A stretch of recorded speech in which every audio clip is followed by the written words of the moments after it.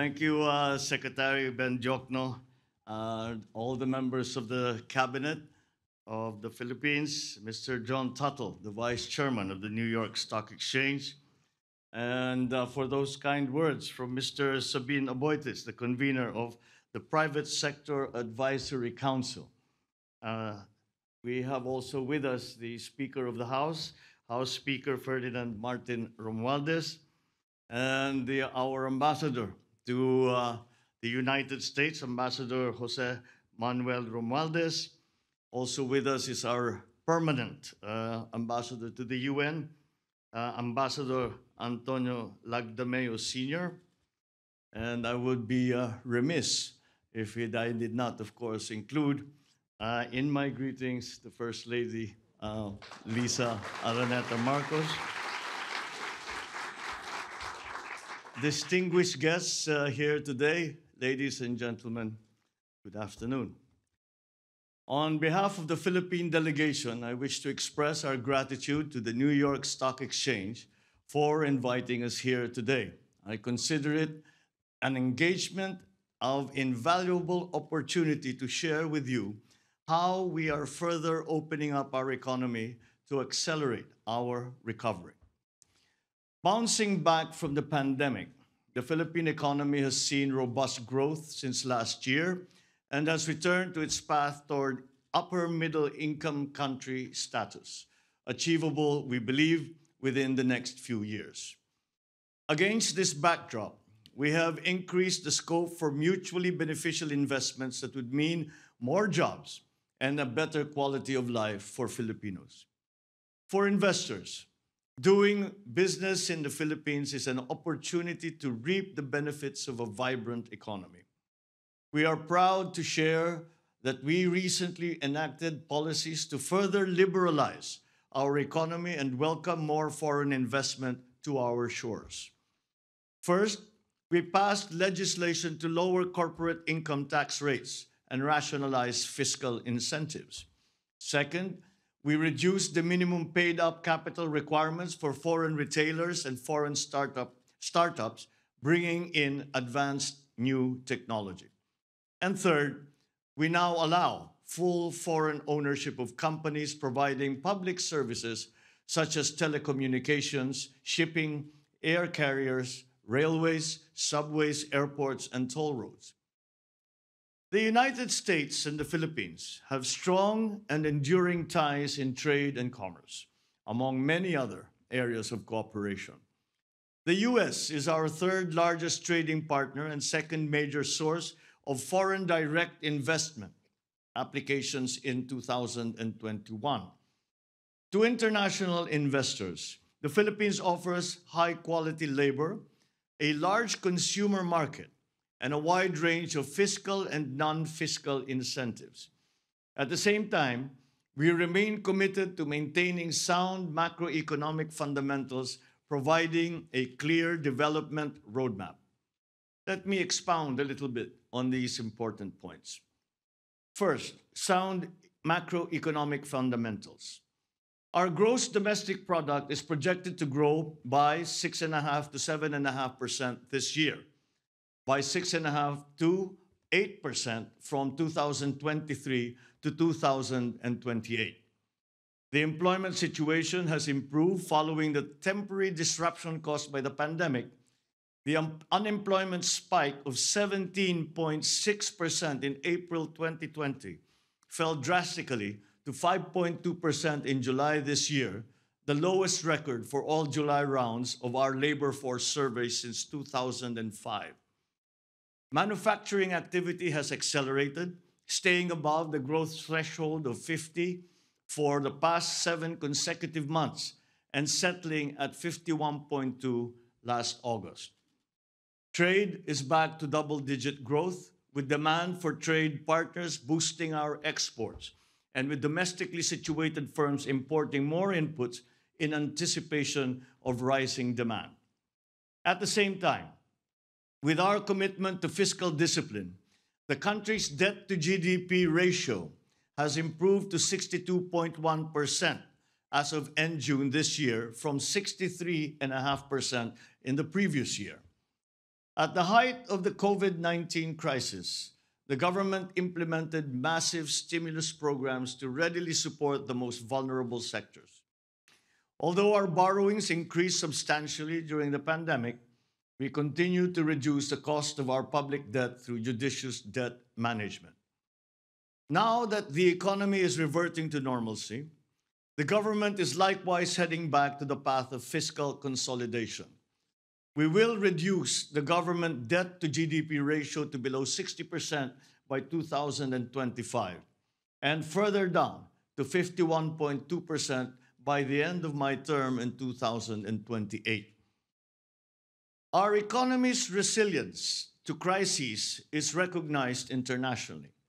The Philippines has maintained its investment-grade credit ratings throughout the pandemic amid the wave of rating downgrades globally. As we look forward to achieving upper middle income status, we are also gearing up for A territory credit ratings in the medium term. On the external front, we have sufficient buffers against external shocks, supported by steady inflows of overseas Filipino remittances, receipts from business processing, outsourcing, and foreign direct investment. Our gross international reserves stood at $99 billion as of end August, equivalent to 8.3 months of import cover. This remains more than sufficient to cover the economy's foreign exchange needs.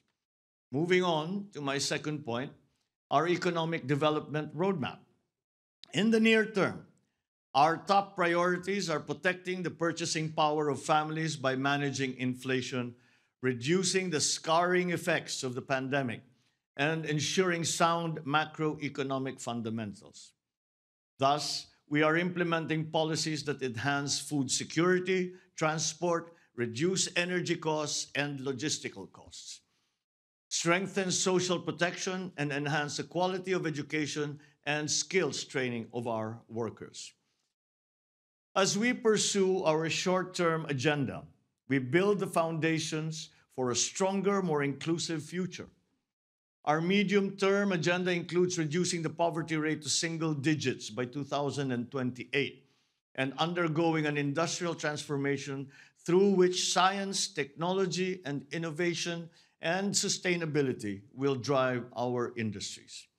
In all our endeavors, the private sector must be a partner.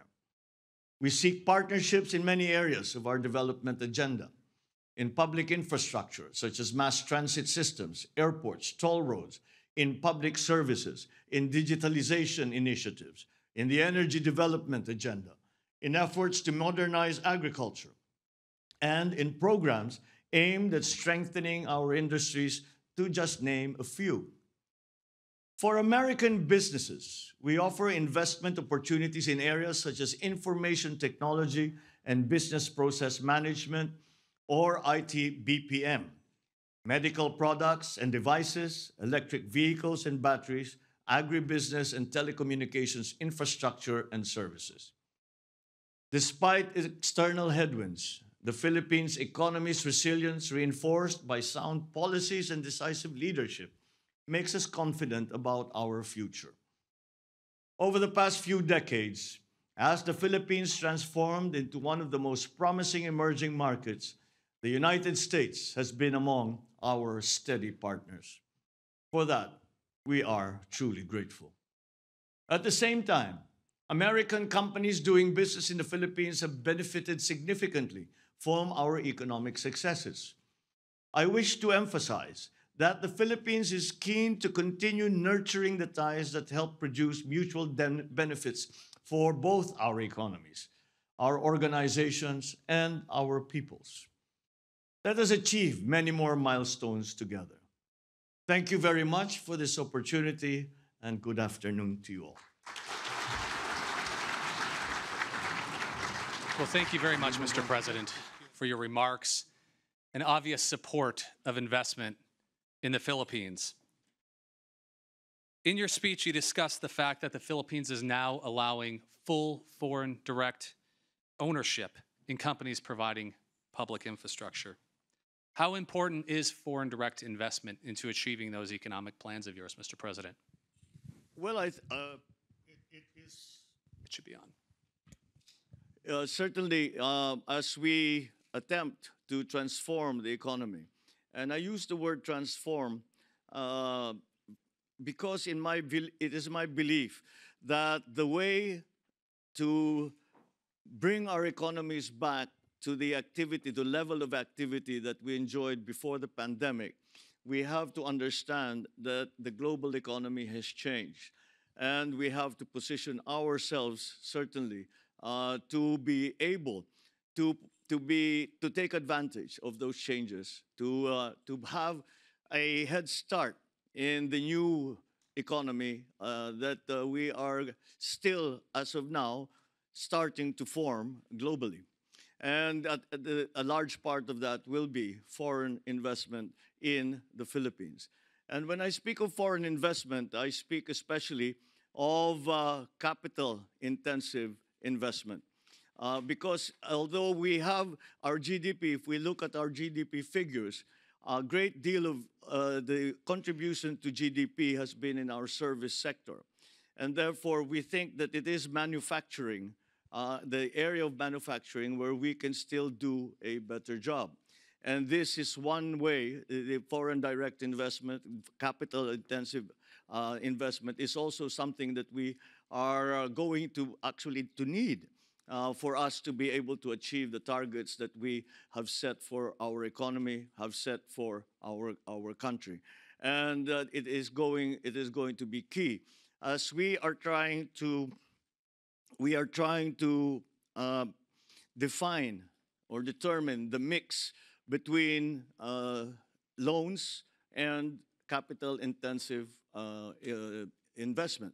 So the part that capital intensive investments play is going to be a very important aspect of this transformation of our economy that I speak of. So that is a large part of what we are doing here. And that is why when I came here to New York, ostensibly, first of all, because we are attending I will be speaking before the UN General Assembly tomorrow, but I also brought the whole economic team of the government, of the cabinet, with us. And again, the private sector business leaders also are here with us, precisely to show and explain once to our prospective investors where the Philippines is headed, what changes we have made so that investment will be more profitable and more attractive for foreign investors, especially coming from the United States. So it plays a central role in all that we are planning to do for our economy. It is, once again, something that we recognize in government we have a part to play in. We have to fundamentally restructure the bureaucracy, the government. We listen to the chambers of commerce that tell us what are the obstacles that they find that in their way, such as the ease of doing business, the prices of energy, all of these and these other legislative guarantees that investors are looking for. And I believe we are headed in the right direction. And I believe that if we continue down this road and we are able to attract investors to this new investing climate that we are starting to create in the Philippines, then I believe that with the role that foreign direct investment will play, I think we could succeed. But that just illustrates how important we consider that investment to the transformation of our economy. Well, thank you very much, Mr. President. You mentioned two themes in particular. One was, of course, foreign direct investment, but you also touched on the United States and it being one of the most important investors in the Philippines. Now, the United States and the Philippines have long enjoyed a very productive relationship and partnership. Can you talk a little bit about that partnership and how you see it going forward? Well, our relationship has gone back for over 100 years between the United States and the Philippines, and as we just earlier today we had a lunch that was hosted by the U.S.-Philippine Society. And I spoke to them, and we talked perhaps more on the subject of geopolitics. And I explained that it is very clear to me, in my vision for the way that the country will move forward, that I cannot see the Philippines in the future without having having the United States as a partner. And although I was referring to the geopolitics of it, and I was referring to the political situation in the region and around the world, that certainly does continue to apply in our exchanges in the economic front. And many of the drivers of our early economy were actually American corporations. Many of the strongest corporate benefactors, really, to government and to the rest of society in the Philippines were coming from the United States. Now, of course, this has evolved as time has gone on, but the strength of that relationship continues. And we envision a further strengthening of those relationships. I believe that the political, economic, diplomatic relations that we make, the partnerships that we forge and that we strengthen now, are going to be extremely necessary for the simple reason that they provide the stability in this highly unstable economic, political, geopolitical, diplomatic environment. This is something that that is central to our thinking when it comes to the economic planning for the Philippines. So, again, we have adjusted many of our ways of doing business at the behest of our friends in the United States and of the American businesses that are already in the Philippines. And so I think that will give us great opportunities in the future, and for both our countries, for private corporations, for government-to-government agreements and arrangements. We have really opened up the policy of the Philippines to more of these public-private partnerships, but not only PPPs, but also G2G arrangements, as I mentioned, joint venture between private entities. And it is something that we feel can actually be achieved. So the United States has always been central to that. I cannot overstate really the role that the United States has played in the Philippines in every aspect of our lives.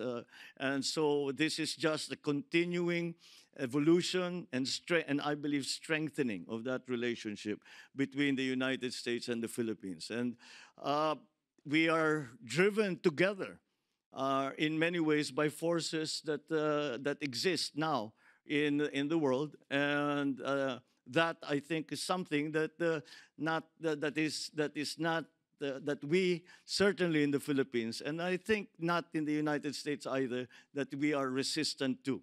So it is something that I can see as becoming stronger and becoming more robust as we work together towards exploiting properly the new global economy. Thank you very much, Mr. President. You touched on American businesses investing in the Philippines and the opportunities to do that through public-private partnerships, the infrastructure projects you identified on the onset as well. But as we look at the population and we look at the economy, it's young, it's dynamic, it's tech-focused. It has high English language fluency. It's ripe for investment. What is your message to investors in this room, those watching us from around the world, for how to invest in this next generation of Philippine companies that one day, selfishly, we hope will come here to the New York Stock Exchange to raise capital and to grow and expand and even do more things? What is your message to them, Mr. President? Well, to achieve exactly what you are saying, at least to begin with. Yes, we certainly. When I'm asked why do you have such a bright view of the future, and my answer is always that there are 110 million Filipinos that are working towards the same goal, and that I still believe is our workforce is still our greatest asset, and it is something that we have seen succeed in the first of all with our overseas Filipino workers, but also in the development of the more sophisticated businesses that have come to the country and highly technical, highly requiring technical proficiency, requiring good training in schools. We will still continue to try and improve the education system in terms of the technical side, the technical side of our workforce's training, and as we know, because that is becoming more and more important in the world. But the young people in the Philippines also, I suppose there is a form of institutional memory. And we still look to the United States as our partners. When we are in crisis, we look to the United States. We look to the relationship that has been forged over the many years. And I have to say that the reason that we have done that is that for the most part, we can say that the United States has not failed us.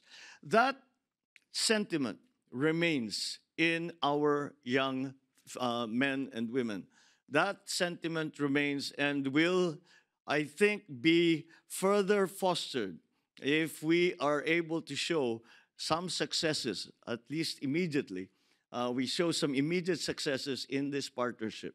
And that will galvanize our young people to continue to work in that direction. That, I think, is something that will come naturally if we are able to do all of the things that we are hoping to do to transform the economy, to adjust now. We are, I believe, the youngest country in Asia. And with the graying of other countries around the region, this gives us an advantage in terms of, I suppose, the population dividend. It has been referred to before. It gives us an advantage in terms of the population dividend, and they are ready to take up the cudgels. They are ready to work for the country. They are ready to do what needs to be done to bring the country forward. And I feel confident in saying that because in the last election, it was the young people who drove forward the idea that we must continue to invest in our young people. We must continue to train them properly. We must continue to make them competitive anywhere in the world, but most hopefully in the Philippines with our partners and with our allies. Well, thank you very much, Mr. President. It is clear you have a plan, you have an opportunity. And I know I speak for many business leaders and investors in this room that they leave today not only with a renewed sense of optimism, but a further enhanced and strengthened sense of optimism about the opportunities in the Philippines. And on behalf of the New York Stock Exchange, we are thrilled to play our small little part today in providing a platform for you and your country to deliver that message. And there's no better platform than the Bell, which is the most highly viewed news event in the world on a given day. Similar to what Mr. Aboitis mentioned, we are all thrilled to be here. When we were talking before coming out here, I said, well, of course we're familiar with the New York Stock Exchange and the Bell and that most important balcony in the world. But we had always watched it from afar, and to have the opportunity to be here personally and to be with all of you in the New York Stock Exchange has been a great opportunity and a great pleasure. Well, wonderful. Thank you very much. It is our honor to have you here, Mr. President. Thank you all for being with us today, and we'll make our way down and ring that bell, Mr. President. Thank you very much.